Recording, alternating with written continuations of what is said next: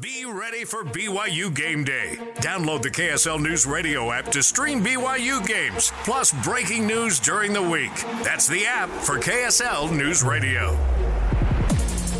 Welcome back to Cougar Nation. It's sponsored by Central Bank. He's been waiting patiently, so let's get out to one of BYU's starting safeties, Crew Wakley. Crew, thanks for joining us, man. Thanks for waiting, and love having you on, dude. Not a problem. Happy to be here. That Arizona win, man, another thrilling defensive performance from you guys. So many turnovers forced. Why do you think this defense has excelled at forcing turnovers this season? I think, first off, credit to Jay Hill and letting us know that was one of the areas we needed to improve over the offseason. So it was just a focus all offseason of being a chaotic defense and forcing more turnovers. And so he really put that into our minds early, really in December, as soon as the season was over. So all offseason, that was in our minds. That's what we were working for. Crew Wakley's our guest here on Cougar Nation Live on KSL News Radio. He had 6 tackles in last Saturday's win over Arizona.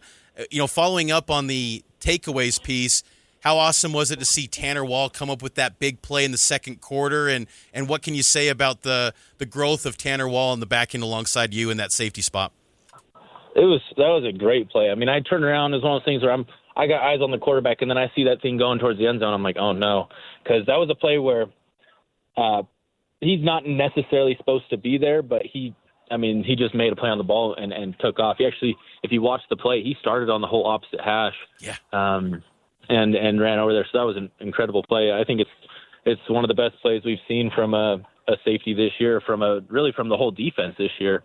That was sweet. So, but as far as growth for him, it's been cool because me and him being in similar situations, being walk-ons who started a couple games last year.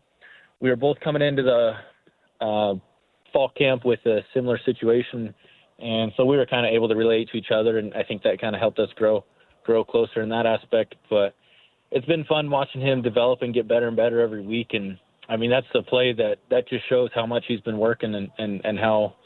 Not that he wouldn't have made that play last year, but, that just shows improvement right there. You can talk about, he could have made the play, but actually making the play is a whole different thing. So it's been cool to see him grow and see him develop alongside and developing alongside with him. It's been cool because it's kind of helped us be on the same page when we're out there because we came from we kind of came up together, if that makes any sense. So it's been a lot of fun, and I've enjoyed it.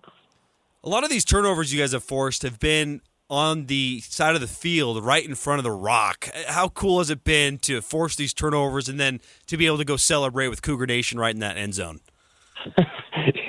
You can't beat it. That place, there was times last game where we were trying to communicate to the corners and to the backers, and we couldn't even talk to them. So we had to, we're like, we got to get some visual signs for all our calls because if you're in that south end zone, you can't talk. You can't hear each other. I couldn't even hear myself. So getting any type of big play down there it's freaking sweet. So yeah, the Rock is a huge home field advantage, and we love it. What's been the biggest change this week in preparation for a Friday night game compared to a Saturday afternoon game? What's the biggest change? Not a lot, honestly. I would say just focusing a little more on recovery. The schedule stays the same. You bump it up a little bit, right?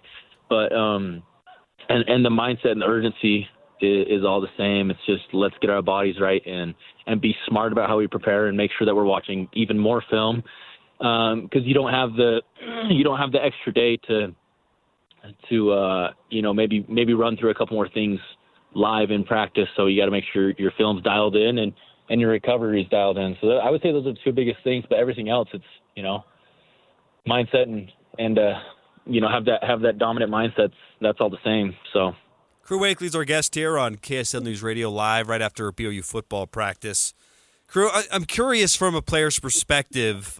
You guys are nationally ranked number 13 in the country. There's more attention. Big Noon was there. Gus Johnson, Joel Klatt, big voices in college football were there. How are you able to focus on each game one at a time mentality while also kind of enjoying the ride? Because this doesn't happen every single season. Yeah, I think I was actually talking to Parker Kingston about this earlier in the week. It's like, dude, this has just been such a fun season so far. And you don't have to really behave any differently other than focus on that week. Whoever we're playing that week that's the focus. And we don't we don't look ahead to anything else. Like, I don't care who we're playing next week or where we're going. Oklahoma State is the focus right now, and, Big Noon could show up or no one could show up. It's the approach is the same, but you just have to be able to enjoy it, because you're going to play better as an individual and together as a team when you're having fun. And so you just got to be able to enjoy those things and just be present and be in the moment and not make the moment too big, but learn how to enjoy it, because the vibe is way different than last year when, you finished 5-7. The games aren't fun when you're losing. So it's one of those things where you don't want to take it for granted. And I think one of the biggest ways you can take it for granted is not prepare for your opponent and get focused on those other things and let one slip. So we, as a team, I think we're very aware of that. And we respect every opponent, but at the same time, we enjoy the circumstances and the situation we're in right now, because it's something you always dream about. So enjoy it, but don't let it slip. It's kind of been the focus. Oklahoma State rolls into town, Friday night game against you guys. Last year, when you bring up that 5-7 heartbreak, that was a tough one in Stillwater. That was one of the more emotional scenes I've seen from a BYU football team. How much did that game maybe fuel the focus for this 2024 group and the success you guys are having this year? For sure, it stings. The losses like that don't. I mean, some of them never go away. I don't want to say the sting. You try to move on, but you don't forget about those, especially not within a calendar year. So it's definitely in the back of all our minds. I know me personally, I had some plays from that game that I want back, and if that's kind of wrenched in my focus even more, and my attention to smaller details this week throughout practice have been turned up. So I think throughout the whole team, we all are aware of that, and that taste is still in our mouth, and we're excited for this opponent, and we're excited to be playing them in Provo this time. Last thing for you, Crew. We've been asking BYU fans today who's been the MVP or some of the MVPs of the team halfway through the season. From your vantage point, who have been some of the players that have played great football the first half of the season? Shoot, that's hard to narrow it down. You can say yourself too. I mean, I appreciate that. I would hope some people vote for me. That'd be cool. But I really gotta say the D-line. The D-line and the linebackers, they make our job so easy. I was talking to John Nelson earlier this week. I'm like, hey, bro, I appreciate you guys.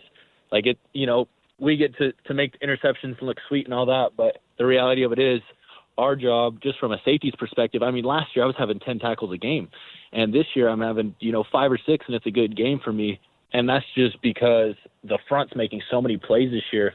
It's able to keep our back end healthier and allow us to focus more on the pass and the back end, and that's why we have one of the best passer rating defenses in the country. And so I've really got to just say the D-line and the linebackers, they've been huge, and I think the offense has had some huge players too.